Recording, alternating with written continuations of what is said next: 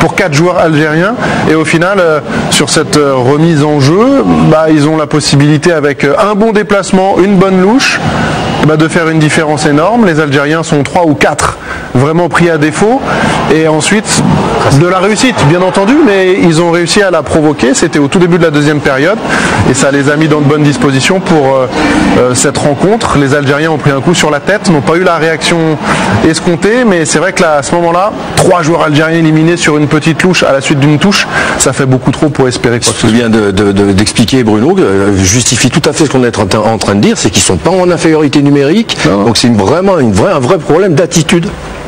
Georges Lekens avec Julien Chaput, le sélectionneur de l'Algérie qui vient de s'incliner 2-1 contre la Tunisie. Oui, effectivement, Georges Lekens à mes côtés. Georges, je vais être un petit peu dur, mais finalement, il n'y a peut-être pas de regret à avoir parce que l'Algérie n'a pas tenté grand-chose aujourd'hui. On a très bien commencé le match, et certainement on a le match vers notre côté. De l'autre côté, tu sais qu'un match de ce niveau, tu ne peux pas donner de cadeaux. Mais si tu donnes le deuxième mi-temps 2 cadeaux, tu ne peux jamais gagner. Et là, c'est déjà le petit problème qu'on a eu, qu'on va éviter de faire, et ça c'est le match de progrès qu'on doit faire.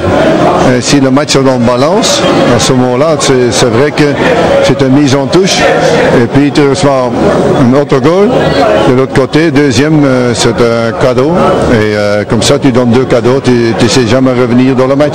On a l'impression que l'Algérie réagit plus qu'elle n'agit.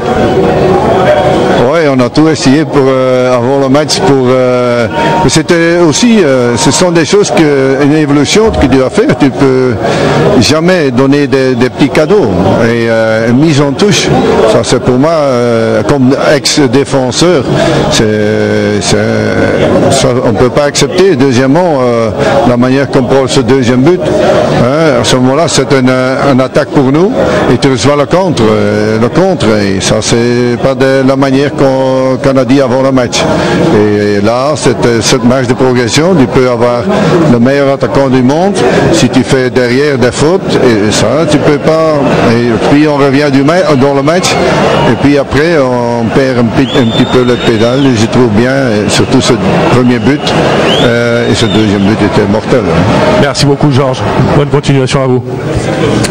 Alors Georges Lekens avec Julien Chaput, il enchaîne. Julien, ça doit pas être facile. C'est plus sympa quand il reçoit les Tunisiens avec le sourire que les Algériens. Là, Georges Lekens, c'était difficile, on comprend pourquoi. Après la prestation de son équipe, on a pas mal parlé de l'Algérie avec tout le monde, on a vu cette action. On revient sur la Tunisie parce que la Tunisie a assuré l'essentiel en s'imposant, en se relançant dans cette compétition. Il y aura le Zimbabwe pour le 3e match, ce sera lundi à 20h aussi, en même temps que le match entre le Sénégal et l'Algérie, puisque les 2 matchs se joueront en même temps dans la dernière journée comme dans les grandes compétitions maintenant. Adèle, que peut espérer cette équipe de Tunisie? On a vu pas mal de situations dans le début de partie, comme un petit peu pour les Algériens. Oui, je pense que l'arrêt décisif de Matlouti en début de match a été le tournant du match. À mon avis, ça a été ça, et ça l'a mis en confiance. Il a fait une très très grande partie. Ensuite, voilà, comme on a dit tout à l'heure, ça joue sur des petits détails. Et ce premier but les a remis en confiance. Ils ont réussi à marquer à 2 buts face à l'Algérie. Ça faisait longtemps qu'on n'avait pas marqué 2 buts face à l'Algérie. Donc je pense qu'aujourd'hui, le capital confiance est là. Pour eux, ils se disent que le Zimbabwe est est l'équipe la plus facile du groupe. Mais ça serait une grosse erreur de leur part d'avoir une grosse confiance sur ce match-là, parce que c'est une équipe très redoutable, cette équipe du Zimbabwe, et attention, parce qu'elle peut faire une grosse surprise ce soir face au Sénégal, et elle peut être très dangereuse face à elle lundi prochain. On sera avec Pape Diakhaté et Mamadou Niang pour parler de cette rencontre qui commencera à 20h entre le Sénégal et le Zimbabwe. Match important pour les Sénégalais qui peuvent assurer leur qualification déjà pour les quarts de finale de cette compétition. Je reste encore un petit peu avec vous. Bien sûr. Adèle, le détonateur de cette équipe tunisienne s'appelle Youssef Msakni. Vous lui avez fait peur, il s'est réveillé et il a lancé son équipe avec cette action. C'est tellement sorti du cœur que je crois qu'il a été l'homme du match par la CAF. Et que je crois qu'il a entendu ma rage du Gabon. Tant mieux, parce que c'est un gamin qui est pétri de talent, mais il en garde toujours sous la semelle, et c'est pas ça. C'est pas ça, parce que voilà, c'est un joueur sur laquelle la nation compte beaucoup, et il doit faire plus. Pas comme ça par à coup le temps d'une mi-temps. Non, il doit être constant sur ses performances, et voilà. Donc le jour où tu as un Msekni en forme, l'équipe va tourner. Le jour où Msekni n'est pas bon, l'équipe ne tournera pas. On a hésité entre Msakni, nous, sur ce plateau, avec la rédaction BeIN, entre Msakni et Wabi Kazri pour le titre d'homme du match. Parce que Kazri a fait un bon match, il était remplaçant lors du premier match, il avait une petite douleur à la cheville, il était entré à la pause face au Sénégalais, il avait fait une bonne seconde période. Là, on l'a vu sur beaucoup d'actions, notamment sur coup de pied arrêté, puis on ne l'oublie pas, Patrice, c'est lui qui provoque le penalty. Oui, bien sûr, il avait anticipé la tête ratée par rapport au peu de temps de jeu qu'il a eu pour l'instant. Je pense que c'est un petit peu on le voit encore ici, trouver un bon angle de frappe. C'est un peu l'image de l'utilisation du potentiel, peut-être moins important au départ sur le papier, des Tunisiens. On voit ici qu'il va tout de suite prendre la position préférentielle, c'est-à-dire ne pas laisser se mettre devant le défenseur dans le dos. C'est sûr que c'est le coup de panique qui est arrivé et on voit ce penalty obtenu, mais bon. Comme un symbole, c'est Goulam qui fait cette faute. Goulam, Brahimi, Mahrez, des hommes qu'on attendait dans cette équipe, Bruno, mais qui ont été une nouvelle fois, à part pour Mahrez, qui avait été bon lors du premier match avec ses 2 buts, défaillant. L'Algérie, oui, avec son cœur, avec son jeu, mais sans ses cadres surtout. Les cadres de cette formation algérienne qui doivent emmener cette formation des Fennecs n'ont pas été présents au rendez-vous une nouvelle fois ce soir. Ouais, une nouvelle fois. Après, c'est vrai que pour faire une bonne CAN, vous avez besoin de vos cadres à leur meilleur niveau, qui soient capables de donner l'exemple, de montrer l'exemple aux autres joueurs. Et c'est vrai que on est tellement exigeant avec l'Algérie, et Riyad ne va pas me contredire. C'est vrai qu'il y a une équipe sur le papier, quand on voit le nom des joueurs, quand on voit le nom des clubs dans lesquels ils jouent, on est en droit d'être exigeant. Et c'est vrai que la dernière Coupe du Monde a aussi élevé le niveau d'attente. Et ils ont forcément déçu. Donc les cadres ont déçu, et c'est d'une manière générale toute l'équipe algérienne qui n'a pas réussi à être au niveau, à part peut-être Slimani lors de cette première période où on a vu qu'il avait réussi à peser sur la rencontre et sur la défense centrale tunisienne. C'est vrai que le reste a été un peu en dedans par rapport à ce qu'on peut attendre d'eux. Alors il y a toujours des gestes techniques comme ceux de Yassine Brahimi, mais malheureusement on attend un petit peu plus d'efficacité aussi. Alors on a parlé beaucoup de l'efficacité défensive et des erreurs réalisées notamment sur la touche, le premier but concédé, sur le deuxième but concédé avec cette tête en retrait mal ajustée. Mais c'est vrai que quand on voit le potentiel offensif de cette équipe algérienne, on se dit que même s'ils prennent des buts, à un moment donné, ils sont aussi en droit d'en marquer. Et par rapport au talent offensif, ils n'ont pas réussi à créer suffisamment de décalage, à avoir suffisamment de situations et à marquer des buts, à part en fin de match. Oui, et je pense que pour l'instant, ils sont dans l'addition, Riyad, je ne sais pas si tu vas partager ça, de joueurs individuels, de talents individuels, de possibilités, comme venait de le dire, on le sait, on vous voit jouer tous les week-ends, aussi bien dans les Coupes d'Europe que dans les championnats, mais pour l'instant, il n'y a pas cette enveloppe qui fait que d'un coup, les talents se réunissent au bon moment. Ouais, moi, je pense qu'on a tellement de qualité offensive qu'on déjoue. C'est-à-dire qu'à un moment donné, quand nos latéraux, par exemple, doivent prendre la profondeur, on se dit, ouais, ça va dribbler, ça va faire des différences, on fait peut-être pas les efforts au bon moment, alors que ça part d'un bon sentiment. Je pense pas que, voilà, dans nos têtes, on pense comme ça, mais si on joue plus en équipe, on sera encore plus efficace. Et aujourd'hui, il faut se dire, dans des moments difficiles, il faut revenir à des choses plus simples et il faut penser collectivement et pas penser individuel. Aujourd'hui, c'est peut-être l'erreur qu'on fait à chaque match. L'Algérie est en difficulté. Aïssa Mandi est avec nos envoyés spéciaux du côté de Franceville, nos partenaires de beIN Sport aussi dans le monde, avec une question simple pour le capitaine de ces Fennecs. Est-ce que c'est une défaite capitale ? Ouais, c'est sûr, c'est surtout la défaite qui est frustrante. Après, sur le premier but, il n'y a pas grand chose à faire. C'est une erreur d'inattention sur une touche et on a joué de malchance tout simplement. Le ballon il a ricoché sur le bon pied, il est parti dans le but directement.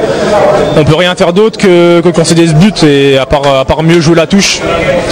Sur le deuxième but, c'est tout. Fawzi, on sait que c'est un très grand joueur, un des meilleurs latérales gauche en Europe, voire au monde. Il a commis cette erreur, c'est tout. Personne lui en veut, avec tous les matchs qu'il a fait, avec tous les services qu'il a rendus pour l'Algérie.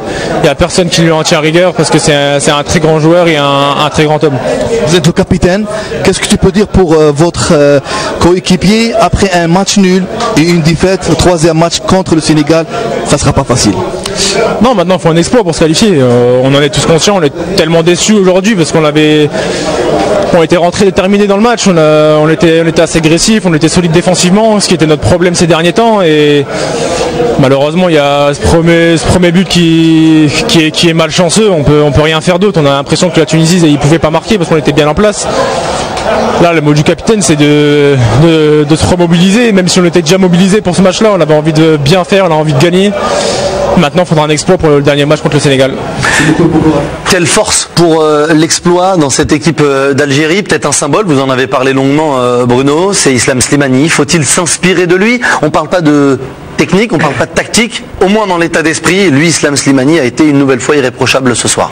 Oui, effectivement. Après, il y a peut-être aussi un réajustement tactique à effectuer. Et malgré tout, comme l'a dit Patrice, l'addition de talent ne suffit pas.